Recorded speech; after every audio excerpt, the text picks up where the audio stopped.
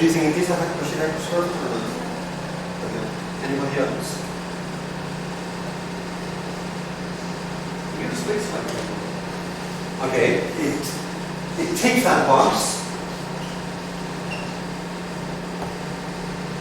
Is it intersect exactly once by every inextendable causal curve in M? How many times does this inextendable causal curve in M intersect the hypersurface? Once. How many times does this one intersect it? How many times does this one intersect it? Oh, I see. 0. Okay. So it's not a Cauchy hypersurface, but is this a Cauchy hypersurface? Okay.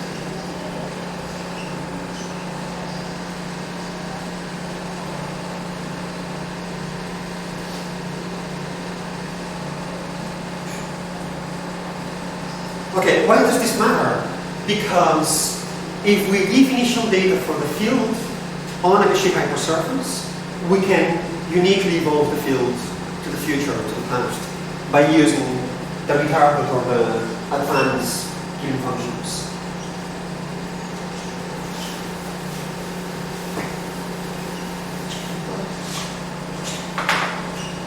So Cauchy evolution, by the way, is this a Cauchy hypersurface?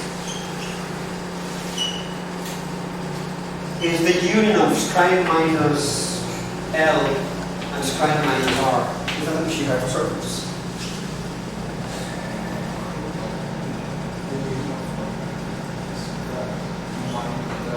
Is scribe minus L and scribe minus R?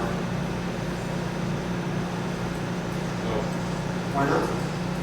Because it do not contains y minus. Is this a Cauchy hypersurface? Yes. It's not space-like. Okay?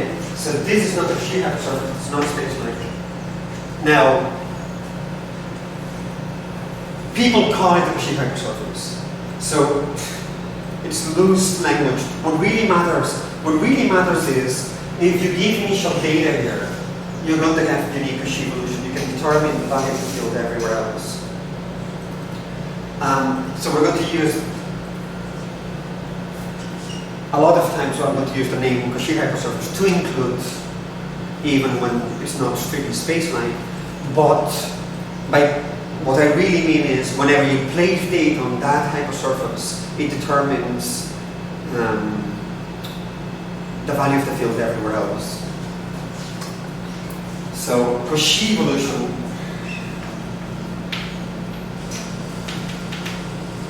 given, and I put in quote initial data. Initial data usually means at a time equals constant, at a space-like hypersurface.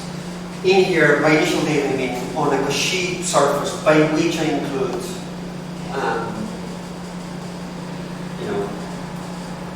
scribe minus.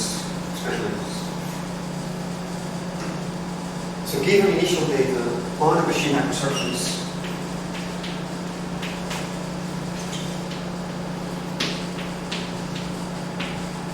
one can evolve the field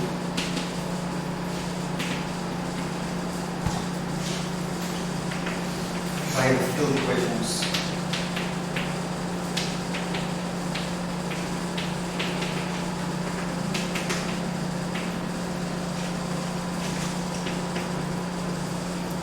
To obtain everywhere in the state. So basically, you mean that we have to say at all points of the Cauchy, the Cauchy surface, these initial layers. So for example, you should do an anti-constant, and then have to say the field at everywhere Yeah. with this T, this is my initial layer. The field, the field everywhere with this T is Yes. what? It's my initial layer. It's the initial data here. The field and the derivative of the field. We've got second order equations, so we need the derivative of the field as well. That's what I mean by initial data or Cauchy data, in fact. It's also called, the more proper name is Cauchy data. So I'll give you now explicitly what. So for x to the future of a Cauchy surface sigma, you find the field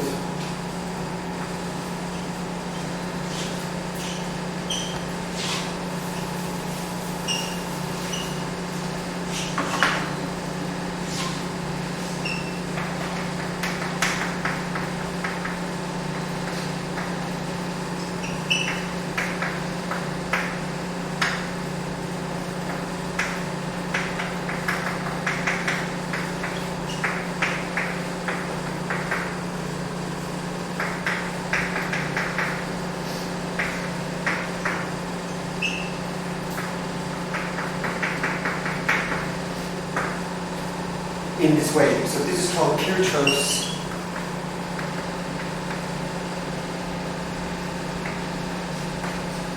formula.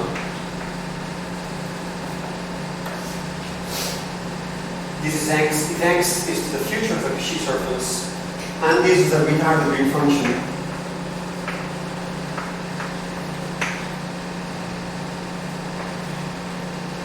This is running for a general spacetime. So this does satisfy the green function equation, where the source now is a four-dimensional, an invariant four-dimensional Dirac delta distribution. And this is defined, so this is a 4D PD. You need to propose boundary conditions for the solution of this PD to be unique. The boundary conditions that we impose is causal boundary conditions. The retarded green function, so the boundary conditions, if you wish, are that the retarded green function is 0 if x prime is not in the causal path of x.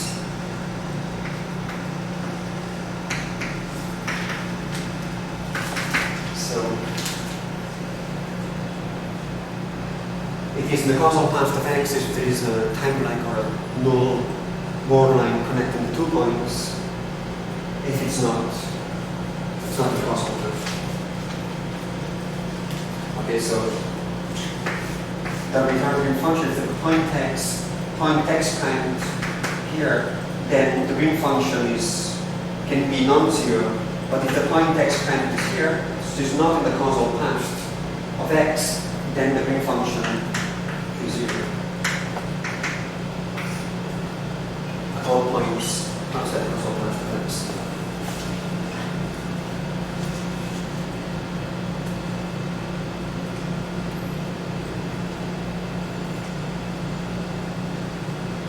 And similarly, you can do the same thing for the past, and then you get the advanced green function, which satisfies the same green function equation, and the boundary conditions is not causal feature of x.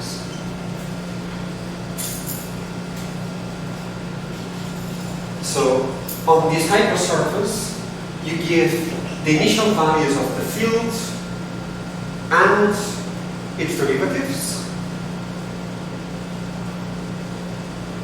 And that's it. All you have to do, so these are value of the field here, the value of the derivative of the field, evaluated on the Cauchy hypersurface.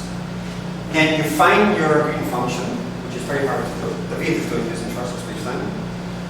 You find the green function, and then whatever initial data you give, you can evolve the initial data and find the value of the field anywhere else in the spacetime.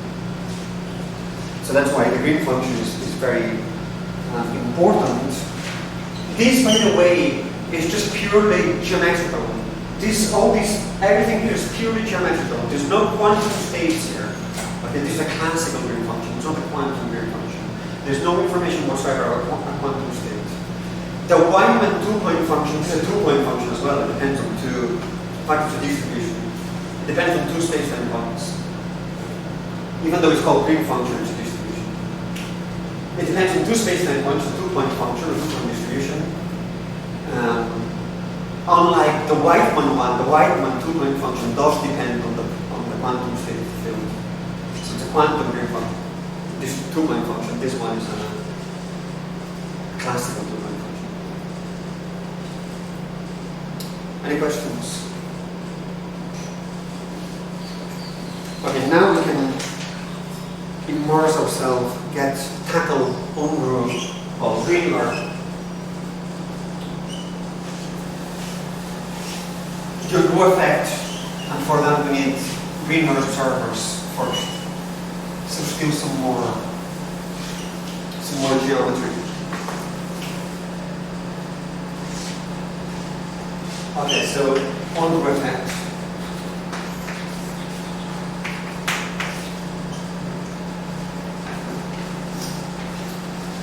Consider 2D flat space-time and an observer on a trajectory.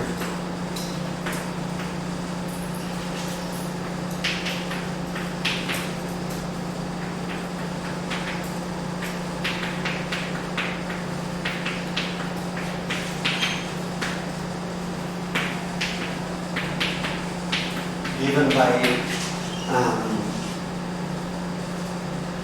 the functions of the coordinates in terms of some proper time tau. So tau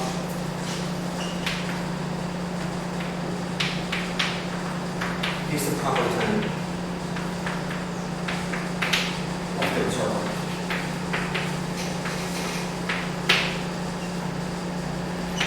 And its velocity, for velocity.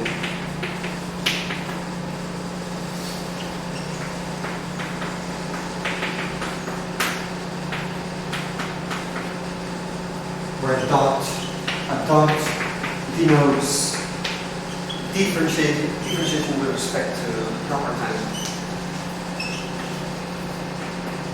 And it's for velocity, for acceleration.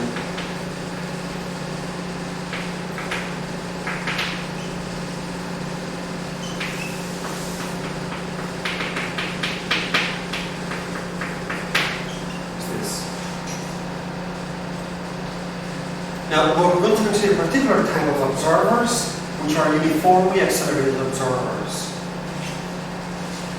So what is the trajectory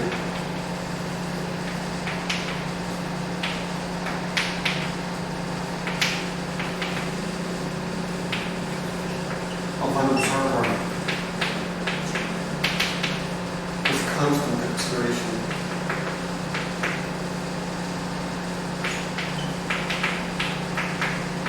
Call this a uniformly accelerated observer.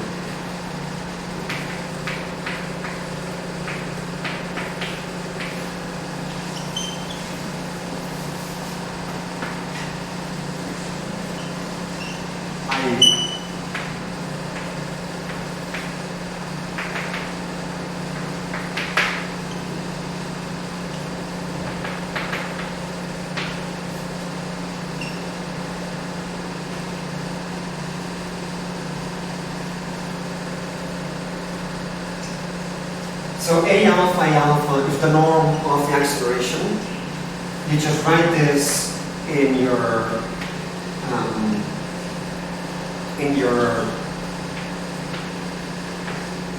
the metric in this way. So the line element is minus du dv in null coordinates, and so only eta uv is non-zero those coordinates.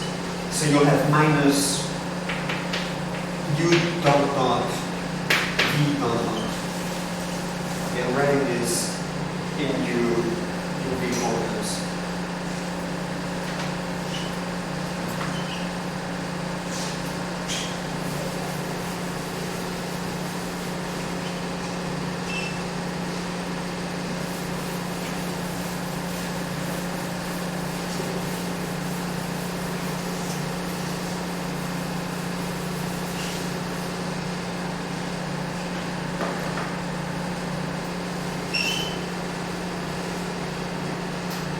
Okay, let's play around a bit more. Let's look at the form and the norm of the velocity that's just equal to -1. It's a tiny bit more, right? So that just the same way as this, that just as minus u dot v dot. You differentiate with respect to the top.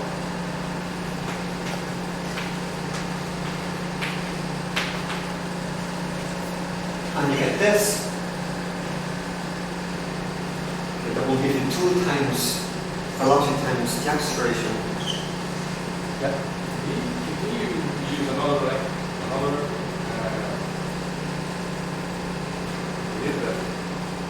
letter for the u coordinates? Because you have u coordinates. Good point. Good point.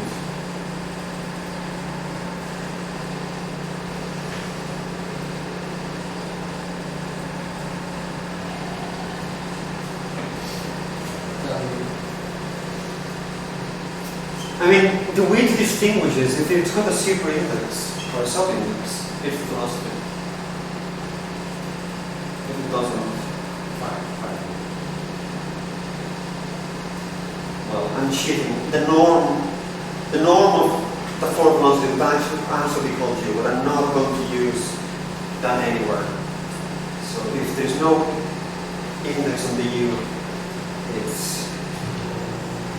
important. Okay, this tells you that u and v, that u and a, that the acceleration and the velocity are orthogonal. Now, this guy is time-like, and so that tells you that this guy is space-like. So you've got your borderline going like so, and at a point that's your velocity, and so the acceleration is just going to be orthogonal to this.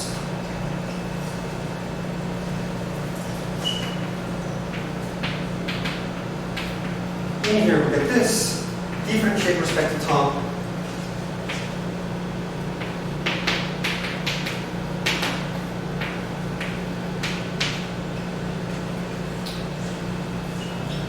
We have this.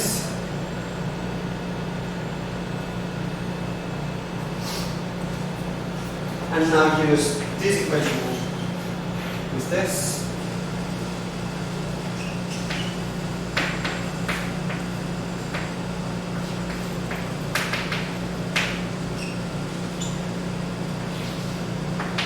That's just the derivative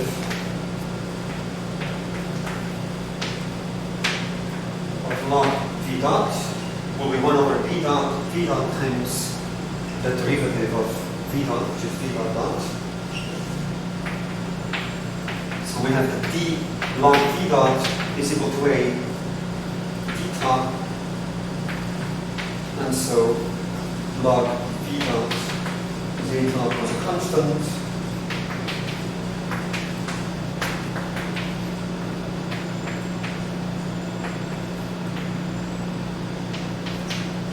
Exponential of a constant, I'll call that C1 is some constant. And now we can integrate this.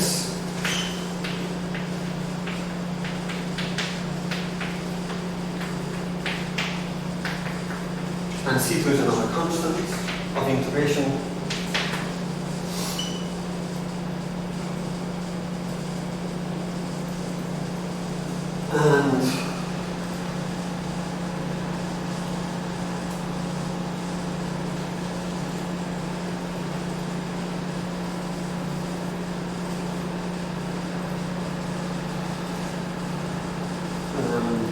from this equation here, equation 1, and this equation here, equation 2, we can get, so we'll have u dot in terms of v dot. We already know what v dot is.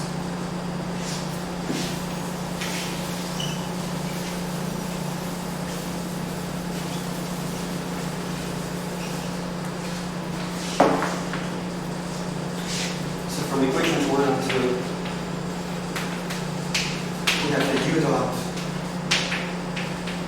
is equal to this. You can integrate this.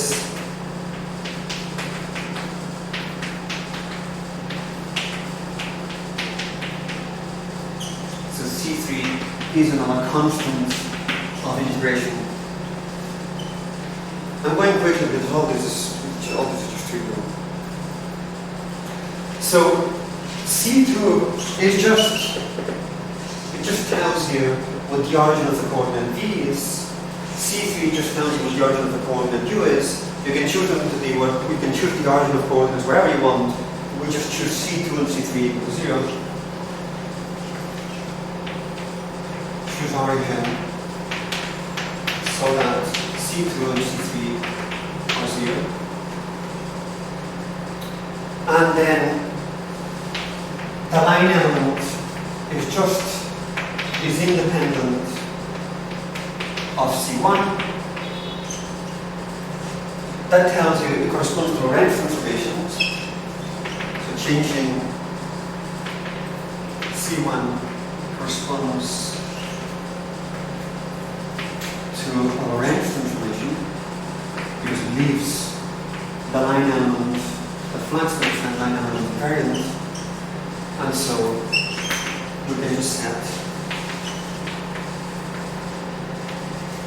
C1 equals 1. Okay, so we have that U is equal to this and V is equal to this.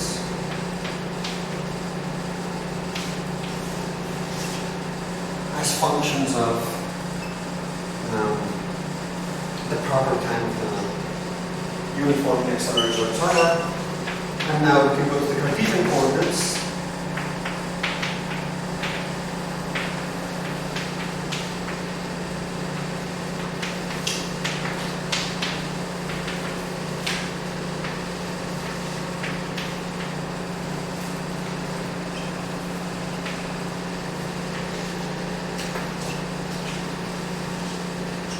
By noticing one is a shine, the other is a cosh. So if you take minus t squared plus y squared, that's just equal to a minus 2, and that's just a hyperbola. So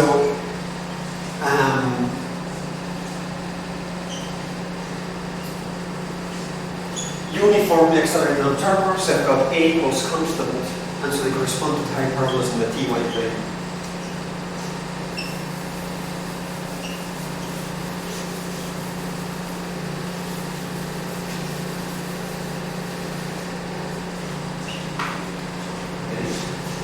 Ty plane, we've got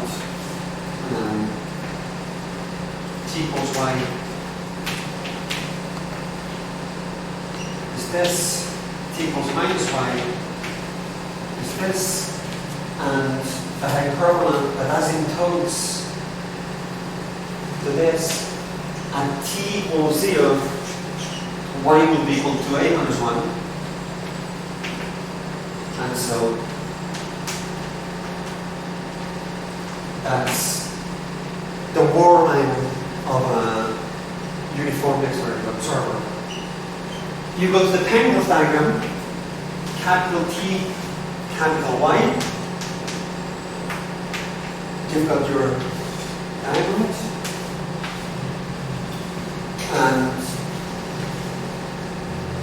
this light cone going through the origin is equal to this, and this hyperbola asymptotes to this. This is a stripe plus r, stripe minus r. Okay, so this is what I said earlier on. This is an accelerated observer. It does not start at I minus or end at I plus. It starts. It has asymptotes to those. To sky plus and sky minus.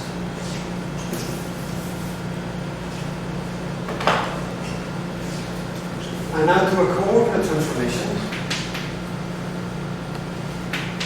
to regular coordinates.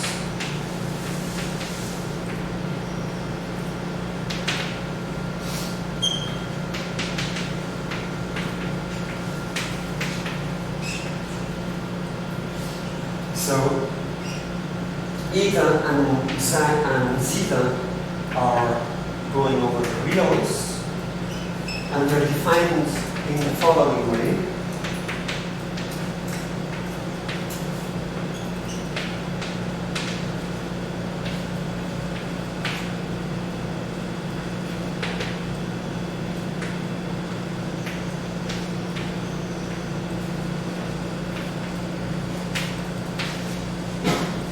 For some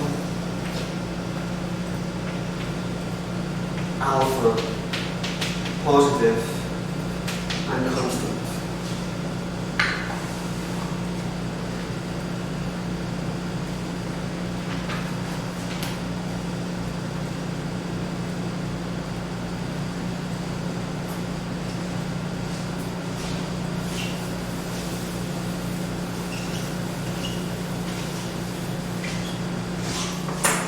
Okay, let's go back to the hyperbola. Minus t squared plus y squared is e a to the minus 2. But from this will just give you 1, and then you've got exponential of alpha zeta alpha squared. And so an observer with zeta equals constant is a uniformly accelerated observer, or also called real observer, with an acceleration given by this.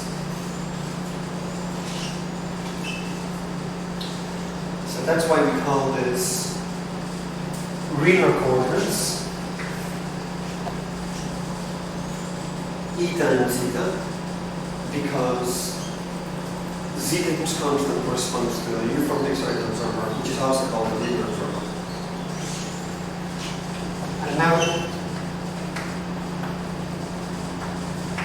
change to some new null coordinates.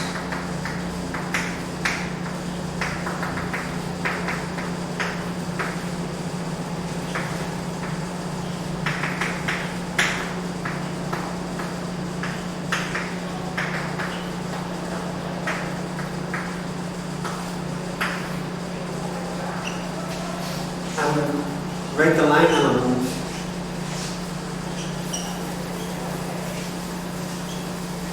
in terms of this.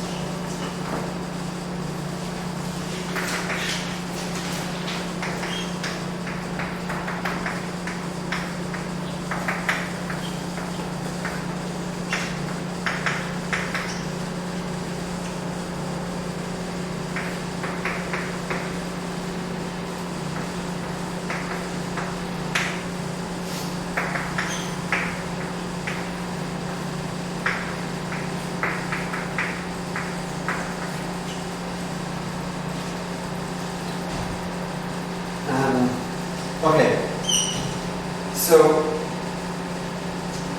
a couple of things about this. First of all, they're just conformally flat. Now, all two-dimensional spacetimes are conformally flat. Here was already written, explicitly written in a conformally flat way. So this is conformal, would be the conformal factor. And this means it's conformally flat.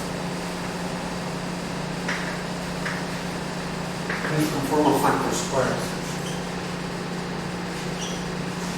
Is a conformal factor squared.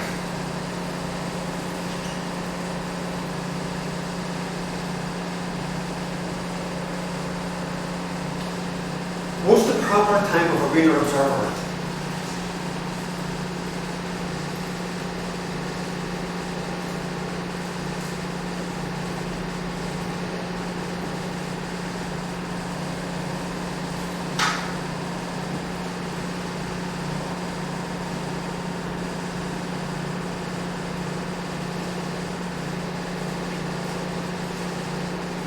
The Wiener observer is given by z equals constant. What is its proper time?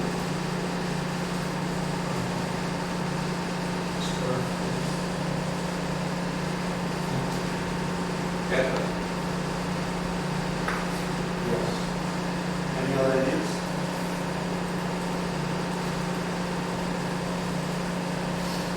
To get the proper time, you set z equals constant, so you get rid of this. But you still have, you can't ignore this. And this will be, whenever you do this will be equal to the proper time squared. So you want, d eta is exponential of alpha zeta d top, and so top is alpha zeta eta. This is the proper time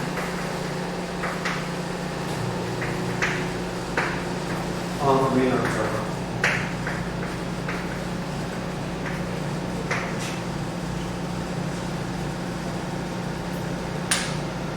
Okay, once we've set up the background and the foundation on the geometrical side of things, to move on to the QFT side of things and get the perfect. That's what we'll do in the next lecture. Any questions about this?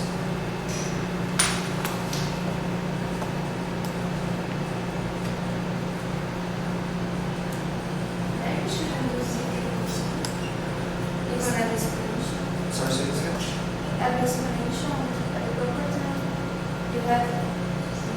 Yeah. Is it 0? No. 1, 0. Because it's what? So it's what? Yeah. So z is constant, it doesn't move to 0.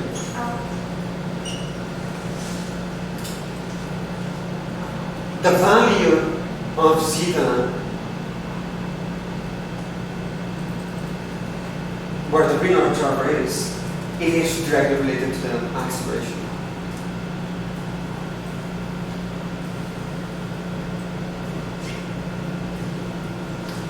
Okay, so we'll see you next week. So next week we're going back to the standard time of Wednesday to here. Thank you.